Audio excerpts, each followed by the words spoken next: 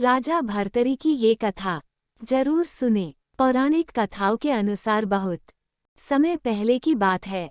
उस समय उज्जैन के राजा गंधर्व सेन हुआ करते थे। राजा गंधर्व की 2 पत्नियां थीं। उनकी एक पत्नी से विक्रमादित्य नामक पुत्र हुआ और दूसरी पत्नी से भर्तरी नाम का पुत्र हुआ।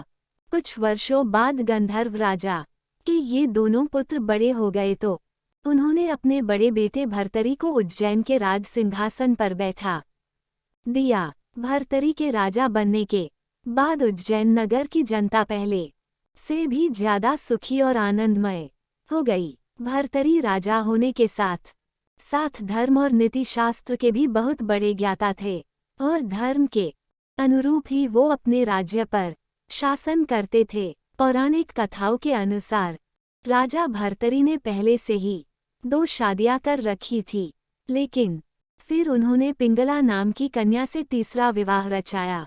पिंगला बहुत ही ज्यादा सुंदर थी, जिसकी वजह से भर्तरी उनकी तीनों पत्नियों में सबसे ज्यादा प्रेम करते थे। भर्तरी पिंगला की सुंदरता से इतने मोहित हो गए कि धीरे धीरे वो राज्य के प्रति अपने कर्तव्यों को भुलाने लगे। उसी समय एक दिन उज्जैन नगर के राजमहल में गुरु गोरखनाथ आए। उधर जब राजा भर्तरी को पता चला कि उनके राजमहल में गुरु गोरखनाथ का आगमन हुआ है तो वह तुरंत उनके पास आए और उन्हें प्रणाम किया और फिर कई दिनों तक उन्होंने गुरु गोरखनाथ की खूब सेवा की। राजा भर्तरी की सेवा से गुरु गोरखनाथ बहुत प्रसन्न हुए और जब वो राजमहल से जाने लगे तो उन्होंने राजा भर्तरी को एक दिव्य फल भेंट के रूप में दिया और बोले कि राजन, इस दिव्य फल को खाने से तुम सदा जवान बने रहोगे, बापा तुम्हें छू भी नहीं पाएगा। और फिर उस दिव्य फल को देकर गुरु गोरखनाथ वहां से चले गए। उधर गुरु गोरखनाथ के जाने के बाद राजा भर्तरी फल को ध्यान से देखने लगे और मन ही मन सोचने लगे कि मैं तो राजा हाँ, मुझे जवानी और सुंदरता का क्या आवश्यकता है। फिर उन्होंने सोचा क्यों न मैं इसे रानी पिंगला को दे दूं, जिसको खाने के बाद वह सदा सुंदर और जवान बनी रहेगी। और फिर राजा भर्तरी ने दिव्य फल ले जाकर रानी पिंगला को दे दिया।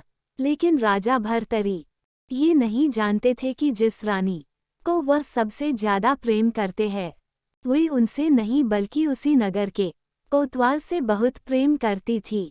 खैर राजा जब पिंगला को वह दिव्य फल देकर वहां से चले गए तो रानी ने सोचा मैं सदैव जवान रहकर क्या करूंगी, क्यों ना मैं ये फल नगर के अपने उस कोतवाल को दे दूं ताकि वह लंबे समय तक मेरी इच्छाओं की पूर्ति करते रहे। रानी पिंगला ने यही सोचकर वह दिव्य फल कोतवाल को दे दिया। लेकिन वह कोतवाल रानी की बजाय उसी नगर की एक वेश्या से प्रेम करता था और उसने वह फल ले जाकर उसी वेश्या को दे दिया। परंतु जब इस फल की दिव्यता के बारे में पता चला तो उसने अपने मन में सोचा कि यदि मैं इस दिव्य फल खा लिया तो सदा के लिए जवान और सुंदर बन जाऊंगी, लेकिन मुझे जीवन भर यही बड़ा कर्म करना पड़ेगा और मुझे कभी भी इस नरक के समान इस जिंदगी से मुक्ति नहीं मिलेगी। फिर कुछ देर बाद उसके मन में यह विचार आया, क्यों न इस फल को ले जाकर राजा भर्तरी को दे दा, क्योंकि अगर वे इस दिव्य फल को खाने से सदा के लिए सुंदर और जवान बन जाएंगे तो लंबे समय तक प्रजा को सभी सुख सुविधा मिलती रहेगी। ये सोचकर उसने दिव्य फल ले जाकर राजा को दे दिया।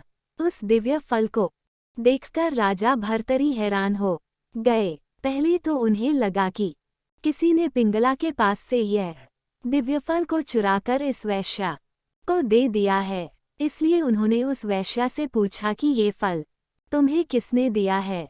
तो उस वैश्या ने कहा कि राजन, ये फल मुझे इस नगर के कोतवाल ने दिया था और कहा था कि इस फल को खाने से तुम जवान की जवान ही रहोगी और सुंदर दिखोगी। लेकिन मैंने सोचा कि इस फल की सबसे ज्यादा जरूरत आपको है, इसलिए मैं ये फल लेकर आपके पास चली आई।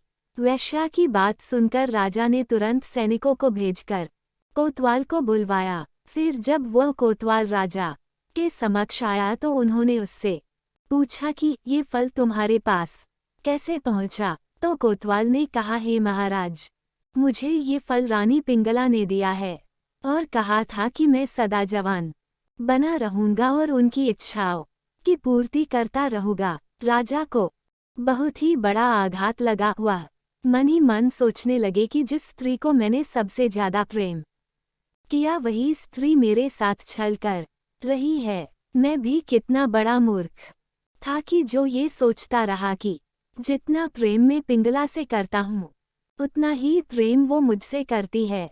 इसके बाद राजा भर्तरी ने सारे मोहमाया और बंधनों को त्यागने का फैसला किया और फिर उन्होंने अपना संपूर्ण राज्य अपने छोटे भाई विक्रमादित्य को सौंपकर वैराग्य धारण कर लिया और उसी नगर की एक गुफा में आकर कठोर तपस्या करने लगे। उधर जब भर्तरी को तपस्या करते करते काफी समय बीत गया तो स्वर्ग के राजा इंद्र को ये भय सताने लगा कि कहीं राजा भर्तरी वरदान पाकर उनके सिंहासन पर विराजमान न हो जाए। इसलिए उन्होंने तपस्या कर रहे भर्तरी पर एक बड़ा सा पत्थर गिराया, परंतु तपस्या में बैठे राजा भर्तरी ने उस पत्थर को अपने एक हाथ से रोक लिया और तपस्या में लीन रहे। और ऐसा माना जाता है कि उस पत्थर को अपने एक हाथ में लेकर कई वर्षों तक तपस्या करने से उस पत्थर पर भर्तरी के पंजे का निशान छप गया और यह निशान आज भी भर्तरी की गुफा में राजा की प्रतिमा के ऊपर वाले पत्थर पर देखा जा सकता है। कई वर्षों तक तपस्या करने के बाद जब भर्तरी को ज्ञान की प्राप्ति हो गई तब वे गुरु गोरखनाथ के पास गए और उनसे अपना शिष्य बनने की विनती करने लगे और राजा भर्तरी को गोरखनाथ जी ने अपना शिष्य बना लिया। परंतु गुरु गोरखनाथ के कुछ शिष्यों के मन में ये शंका होने लगी, भला राजमहल में जीवन व्यतीत करने वाला आदमी वैराग्य का जीवन कैसे जी सकता है। और ये बात उन्होंने अपने गुरु गोरखनाथ जी को बताए। तब गोरखनाथ जी बोले, शिष्यगण चिंता मत करो, ये तुम लोगों से भी अच्छा भक्त नेगा। ये सुन पुनः उनके शिष्यों ने गोरखनाथ जी से कहा, हम लोगों को विश्वास नहीं हो रहा है। आप से आग्रह है कि आप राजा भर्तरी की परीक्षा लीजिए। शिष्यों की बात सुनकर गुरु गोरखनाथ ने कुछ देर तक सोचा, फिर अपने शिष्यों से बोले, ठीक है, मैं तुम सभी की शंका अवश्य दूर करूंगा। उसके बाद राजा भर्तरी अन्य शिष्यों के साथ गुरु गोरखनाथ के आश्रम में रहने लगे। गोरखनाथ जी ने अपने शिष्यगण से कहा, देखो, महाराजा होते हुए भी भर्तरी ने काम, क्रोध, लोभ और अहंकार पर विजय प्राप्त कर ली है। ये सुनकर शिष्यों ने कहा, गुरुदेव, ये कैसे संभव है? ये तो जन्म से ही राजमहल में पला बड़ा है। शिष्यों की बात सुनकर गोरखनाथ जी बोले, रुको, अभी मैं तुमको इन सब का प्रमाण देता हूँ। फिर उन्होंने भर्तरी को अपने पास बुलाया और कहा, भर्तरी, जाओ और जंगल से खाना बनाने के लिए लकड़ियाँ ले आओ। गुरु का आदेश पाके भर्तरी नंगे पांव लकड़ियाँ लाने जंगल की ओर चल दिए। कुछ देर बाद जब वो लकड़ियाँ एकत्रित कर आश्रम वापस आने लगे तब गोरखनाथ जी ने दूसरे शिष्यों से कहा, जाओ और भर्तरी को ऐसा धक्का मारो कि उसके सर से लकड़ी का गट्ठा नीचे गिर जाए। गुरु के कहने पर शिष्य भर्तरी के पास गए और उसे ऐसा धक्का मारा कि उसके सिर से लकड़ी के गट्ठे गिर गए। ये देख भर्तरी जमीन पर गिरी, लकड़ियाँ को इकट्ठा करने लगे, लेकिन ना चेहरे पर शिकंज थी और ना ही आंखों में क्रोध का कोई भी निशान। ये देख गोरखनाथ जी ने अपना शिष्यों से कहा, देखा, भर्तरी ने क्रोध पर विजय पा लिया है। परंतु इन शिष्यों ने गोरखनाथ जी से कहा, हम सबने मान लिया कि आपके शिष्य ने क्रोध को नियंत्रित कर लिया है, लेकिन आपको अभी और परीक्षा लेनी होगी। तब गुरु ने अपनी योग शक्ति से एक महल रच दिया।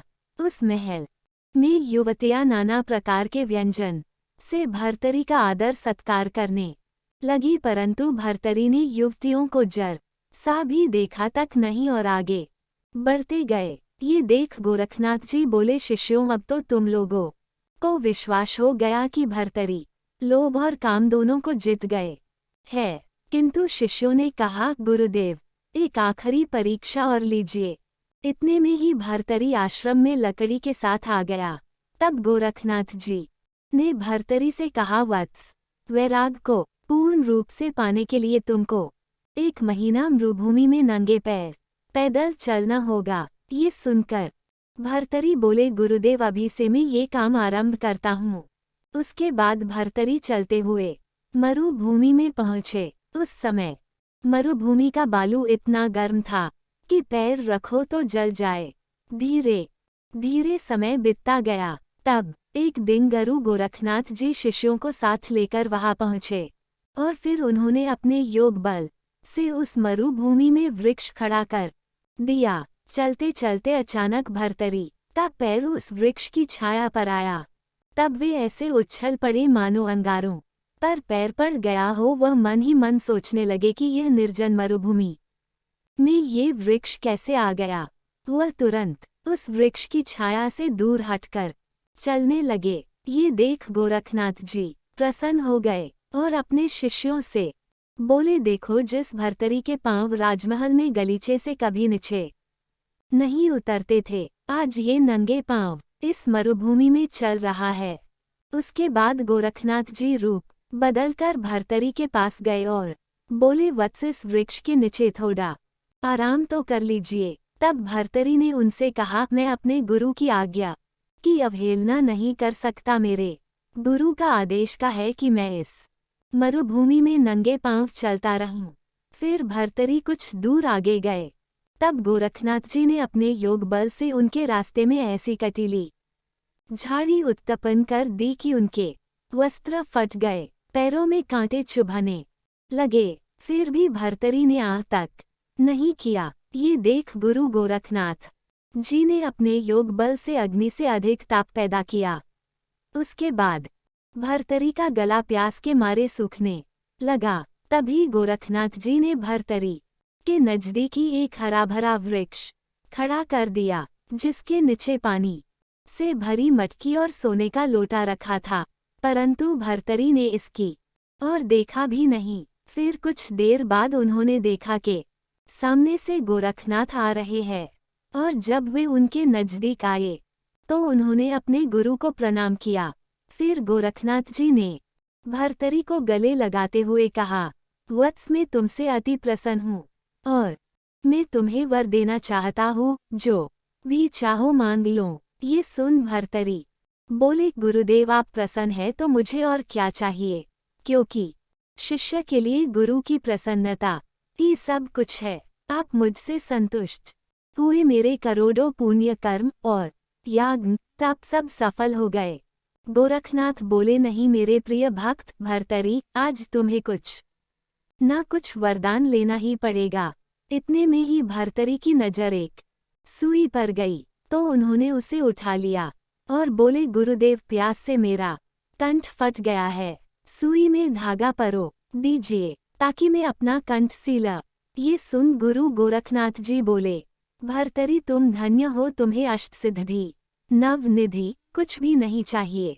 मैंने कहा कुछ मांगो, तुमने इस सुई में जरा सा धागा डाल दीजिए कहकर गुरु का वचन रख लिया। भर्तरी तुम धन्य हो, जब तक ये संसार रहेगा तुम्हें याद किया जाएगा। उम्मीद करती हूँ ये वीडियो आपको अच्छा लगी होगी और हमारे चैनल को सब्सक्राइब जरूर करें।